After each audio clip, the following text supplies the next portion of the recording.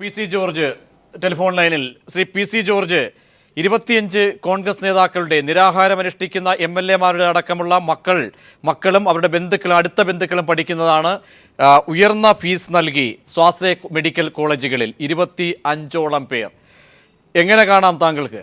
സമരം നടത്തുന്ന സാഹചര്യം കൂടി ചേർത്ത് ആശ്രയത്തിൽ കൊണ്ടുപോയി പിള്ളേരെ പഠിപ്പിച്ചിട്ട് നിയമസഭ വന്ന് സമരം നടത്തുന്നതിന് നാണവും മാനവും വേണ്ടേ? എന്റെ അഭിപ്രായം അതാ. ഒന്ന് ആലോചിക്കുക. അപ്പോ ഇവര് പറയട്ടെ, ഇവർ ഏത് സ്വാശ്രയ കോളേജിൽ മക്കൾ പഠിക്കുന്നത് പുറത്തു വന്നല്ലോ, അവർ എത്ര രൂപ കൊടുത്തിട്ടുണ്ടെന്ന് ജനങ്ങളോട് പറയട്ടെ, എന്നിട്ട് വർത്തമാനം പറയട്ടെ. നീ അങ്ങനെ എന്റെ ഒരു മര്യാദ. ഇന്ന് ഇപ്പൊ രമേശ് ചെന്നിത്തല ഉൾപ്പെടെ ഇന്ന് പ്രമേയം അവതരിപ്പിച്ചുകൊണ്ട് നമ്മുടെ ഷാഫിയൊക്കെ പറയുന്നത് കേട്ടാ, നമ്മുടെ ഇതേ കാര്യം തന്നെ അടിയന്തര പ്രമേയം അവതരിപ്പിച്ച നമ്മളൊരു ചെറുപ്പക്കാരുടെ MLA. അങ്ങനെയൊക്കെ ഇതുപോലെ എല്ലാം കൊടുത്തു എന്ന് പറയുന്നുണ്ട്. ഇവരുടെ മക്കളെ പഠിച്ച് ആര്യാടന്റെ 3 പിള്ളേരുമായിട്ടുണ്ട് ബന്ധത്തിൽപ്പെട്ട മക്കളും മരുമക്കളുമായിട്ട്. ഇതൊക്കെ എവിടാണ്, എത്ര രൂപ കൊടുത്തിട്ടുണ്ടെന്ന് പറയട്ടെ, എന്നിട്ട് നമുക്ക് ആലോചിക്കാമെന്ന്. ഇതിവിടെ ഇടതുപക്ഷ മുന്നണിയുടെ ഒരു നേതാക്കൾ മുഖ്യമന്ത്രിയുടെ മകനോ അല്ലെങ്കിൽ ഇവിടെ ഇരിക്കുക ഭരിക്കുന്ന മന്ത്രിമാരുടെ ഒരു മക്കളും ഒരു സ്വാശ്രയ കോളേജിലും പഠിക്കുന്നില്ല. പിന്നെ ഇതൊരു വഴക്കുണ്ടാക്കുന്നത് ഇവർക്ക് പറയാനുള്ളത് എന്താ? 1,80,000 രൂപ 85,000 രൂപ ഫീസ് ഉണ്ടായത് 2.5 ലക്ഷം രൂപ ആക്കിയെന്ന ഒരു തെറ്റാണ് പറയാനുള്ളത്. അങ്ങനെയും ഞാൻ ചോദിക്കുന്ന അതിന് പറയുന്നത് 65,000 രൂപ ഒരുമിച്ച് കൂട്ടി.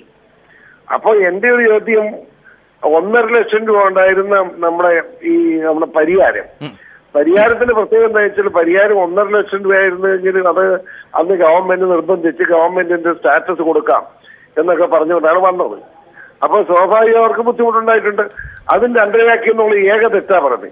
അപ്പൊ 10,25,000 രൂപ നമ്മുടെ പരിഹാരത്തിന് കൂട്ടിക്കൊടുത്തതാണ് ഇത്ര വലിയ സമരകാരിയെങ്കിൽ കേരള നിയമസഭയുടെ ഇത്ര വിലപ്പെട്ട സമയം കളയേണ്ട കാര്യം എന്താ? കുറച്ചുകൂടെ വ്യക്തതയ്ക്ക് വേണ്ടി ഇവിടെ ചെന്നിത്തല, അതായത് പ്രതിപക്ഷ നേതാവ്, മുനീർ മുൻ മന്ത്രി, അബ്ദുൾ റബ്ബ് ഇവരുടെ മക്കള്, N. ഷംസുദ്ദീൻ ആരെന്നറിയാലോ, കാരണം അവിടെ നിരാഹാര സമരം അനുഷ്ഠിച്ച വ്യക്തി. മാത്രമല്ല മകൾ പഠിക്കുന്നത് കരുണയുടെ സവിശേഷതയും താങ്കൾക്ക് ഓർമ്മയുണ്ടല്ലോ. 2 ആര്യാട മുഹമ്മദിന്റെ 3 പേരക്കുട്ടികൾ MES-ൽ, KNA ഖാദറിന്റെ മരുമകൾ, സണ്ണി ജോസഫിന്റെ മകൾ പരിയാരത്ത് പഠിച്ചത് കുപ്രസിദ്ധമായ സ്പെഷ്യൽ പ്രിവിലേജ് സീറ്റിൽ. ഇങ്ങനെ നീളുന്ന പട്ടിക ഇനിയുമുണ്ട് 25ഓളം നേതാക്കളുടെ. ഇക്കാര്യങ്ങളൊന്നും അറിയാതെയാണോ ഈ സമരം? ഈ സമരത്തിന്റെ യഥാർത്ഥ മെറിറ്റ് സംബന്ധിച്ച് സർക്കാർ ഇന്നത്തെ നിലപാട് വ്യക്തമാക്കിയിട്ടുണ്ട്. മാത്രവുമല്ല, തലവരിപ്പണവുമായി ബന്ധപ്പെട്ട് എടുക്കാൻ കഴിയുന്ന ഏറ്റവും വളരെ യാഥാർത്ഥ്യബോധത്തോടെയുള്ള ഒരു വസ്തുത ഇന്ന് സഭയിൽ പറഞ്ഞിരിക്കുന്നു. വിജിലൻസ് അന്വേഷണം, ഇതൊക്കെ ചേർത്ത് വായിക്കുമ്പോൾ ധാർമ്മികത, 2 കുംഭകോണം, 1 നിയമതലത്തിലേക്ക് കൂടി കാര്യങ്ങൾ, എവിടെ നിന്ന് ഇവർക്കൊക്കെ ഈ പണത്തിന്റെ സോഴ്സ്, അങ്ങനെ പല തലങ്ങളിലേക്ക് കാര്യങ്ങൾ പോവുകയാണോ ശ്രീ പി സി ജോർജ്? ഞാൻ പറഞ്ഞു, ഇന്ന് ശൈലജ ടീച്ചറിന്റെ ഉത്തരം കേട്ട ഒരു വ്യക്തി പിന്നെ സമരത്തിന് പോകേണ്ട കാര്യമില്ല. അടുത്ത വർഷം സുപ്രീം കോടതി ഇപ്പോഴത്തെ വിധിയുടെ അടിസ്ഥാനത്തിൽ ഇപ്പോൾ നടന്ന അഡ്മിഷൻ നടന്നുപോയി, അതുകൊണ്ട് കടക്കട്ടെ എന്ന് സുപ്രീം കോടതി പറഞ്ഞ സാഹചര്യത്തിൽ പിന്നെ വഴക്കിന് പ്രസക്തിയില്ലല്ലോ. പിന്നെ അടുത്ത കൊല്ലം സ്വാഭാവികമായും നീറ്റിന്റെ മെറിറ്റിന്റെ അടിസ്ഥാനത്തിൽ നടത്തൂ എന്ന് പറയുക മാത്രമല്ല, ഇപ്പോൾ ഏതെങ്കിലും ഈ അഡ്മിഷൻ നടത്തിയ കോളേജുകളിന് ഏതെങ്കിലും ഒരു മാനേജ്മെന്റ് 1 രൂപയെങ്കിലും വാങ്ങിയതായി തെളിവ് തന്നാൽ, വേണ്ട പരാതി തന്നാൽ, തെളിവ് വേറെ ഉണ്ടാക്കാം, പരാതി തന്നാൽ വിജിലൻസ് എൻക്വയറി എന്ന് പറഞ്ഞപ്പോൾ ഇന്നെന്തിനാ സമരം വിട്ടോ വീട്ടിൽ പോയപ്പോരെ, ഇനി സമരം കൊണ്ട് നടക്കുന്നത്? അപ്പൊ ഇതൊക്കെ ജനങ്ങളുടെ മുമ്പിൽ കണ്ണിപ്പൊടിയിടുന്ന ഇടപാടാണ്. ഞാൻ വളരെ വേദനയോട് പറയാം, UDF ഭരിച്ചിരുന്നപ്പോ ഇടതുപക്ഷത്തിന്റെ ചെറുപ്പക്കാർ സമരം ഞാൻ അന്നാ പിള്ളേർ വഴക്കുണ്ടാക്കിയവനെ. കാരണം ഇത് എന്തൊരു സങ്കടമാണ്. ഇത് നമ്മുടെ മെയിൻ സ്റ്റുഡൻസ് മുഴുവൻ ഈ ഫസ്റ്റ് റാങ്ക് വന്ന പിള്ളേരെല്ലാം കർണാടകത്തിലും തമിഴ്നാട്ടിലും പോയി കഴിഞ്ഞു.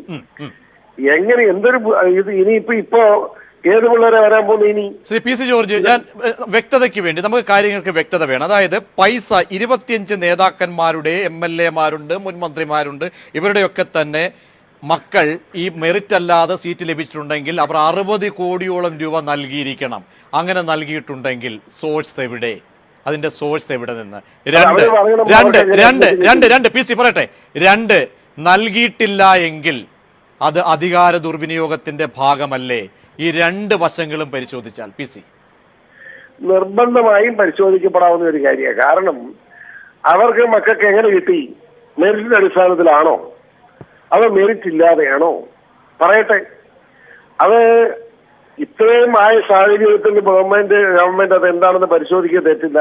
പക്ഷെ ഒരു കുഞ്ഞുങ്ങളെയും ഭാവി കളയാൻ പാടില്ല. പഠിച്ചുകൊണ്ടിരിക്കുന്ന കുഞ്ഞുങ്ങളെ നമ്മുടെ കാരണന്മാർ എന്തെല്ലാം പ്രത്യേകത കാണിച്ചാലും മക്കളെ അതിന് ഉത്തരവാദിയാക്കാൻ നമുക്ക് പറ്റില്ലല്ലോ. അതുകൊണ്ട് ആ കുഞ്ഞുങ്ങളുടെ വിദ്യാഭ്യാസത്തിന് കുഴപ്പം വരാത്ത രീതിയിൽ അതിന്റെ വിശദമായ കാര്യങ്ങൾ അന്വേഷണ വിധേയമാക്കി ജനങ്ങളെ അറിയിക്കുകയാണെങ്കിൽ നമ്മുടെ ഗവൺമെന്റ് ചെയ്യുന്ന കാര്യത്തെ കുറ്റപ്പെടുത്താൻ ആർക്കും കഴിയില്ല എന്നാണ് എന്റെ അഭിപ്രായം. അതാണ് ഇവിടെ ഈ പ്രവേശനം അട്ടിമറിക്കുക, ഈ പ്രവേശനം റദ്ദാക്കുക, അവിടെ അങ്ങനെ ഒരു നിലപാടിലേക്ക് സർക്കാരിനെ കൊണ്ടുപോകാൻ അല്ലെങ്കിൽ സർക്കാരിന് കഴിയില്ല, സർക്കാരിന് എടുക്കാൻ കഴിയാവുന്ന പരമാവധി ഒരു നയം, ആ നയമാണ് ഇപ്പോൾ സ്വീകരിച്ചിരിക്കുന്നത്. മറുവശത്ത് ഈ ഇത്തരം യാഥാർത്ഥ്യങ്ങളെല്ലാം നിലനിൽക്കുന്ന നടത്തുന്ന ഈ സമരം എന്തിനു വേണ്ടിയാണ് ശ്രീ പി സി ജോർജ്? ഇത് രാഷ്ട്രീയ മുതലെടുപ്പ് വേണ്ടി നടത്തുന്ന നാണംകെട്ട സമരമാണ്. എന്താ സംശയം?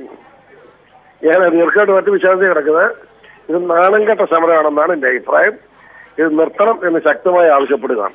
ഈ പി സി ഒരു കാര്യം കൂടി, ഈ 25 പേര് നേതാക്കന്മാരുടെയൊക്കെ തന്നെ മക്കളും ബന്ധുക്കളുമായിട്ടുള്ള അവരുടെ പട്ടിക പരിശോധിച്ചാൽ 6 പേർ പട്ടികയിൽ പോലും ഇല്ലാത്തവർ, പലരും ലിസ്റ്റിൽ താഴ്ന്ന് വളരെ പിന്നോട്ട് നിൽക്കുന്ന ആളുകൾ, ഇവർക്കൊക്കെ ഇങ്ങനെ എങ്ങനെ സാധ്യമായി ശ്രീ പി സി? അതിനാണ് ഏത് രീതിയിലൊരു അന്വേഷണം, ഏത് രീതിയിലുള്ള ഒരു നിലപാട് ഇക്കാര്യത്തിൽ തരംതിരിക്കപ്പെടണം? ഞാൻ പറയട്ടെ, ഒരു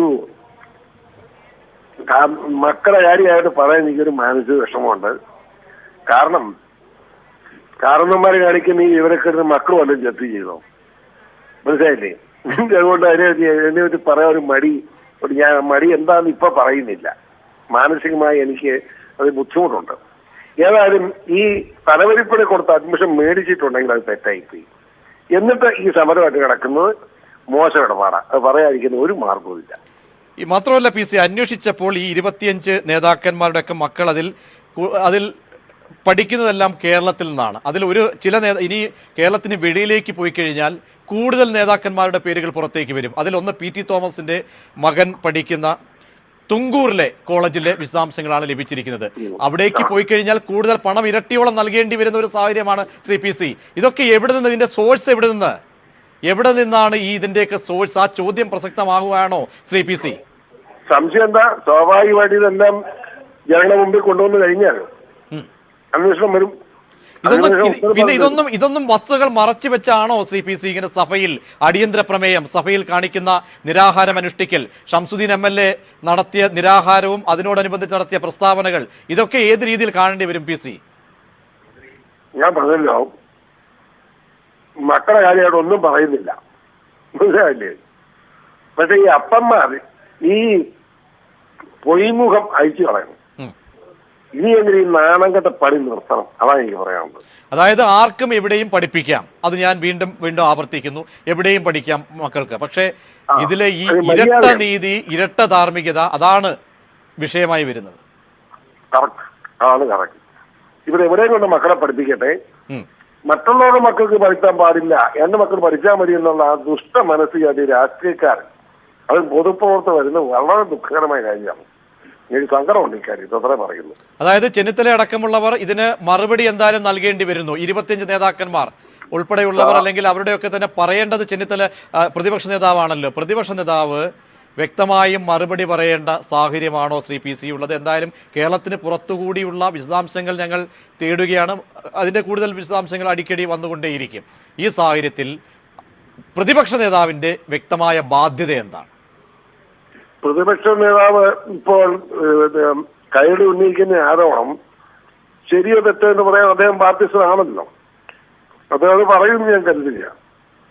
അദ്ദേഹത്തിന്റെ മകനെ എവിടെ പഠിപ്പിച്ചാലും എനിക്ക് സന്തോഷമുള്ളൂ, മക്കളൊക്കെ പഠിക്കട്ടെ എന്നാണ് എൻ്റെ അഭിപ്രായം. അത് ഒരു സംശയമില്ല. അദ്ദേഹം അത് സ്വാഭാവികമായിട്ട് അദ്ദേഹം പുറത്തുപോയാൽ നിർബന്ധിതനാവുമല്ലോ.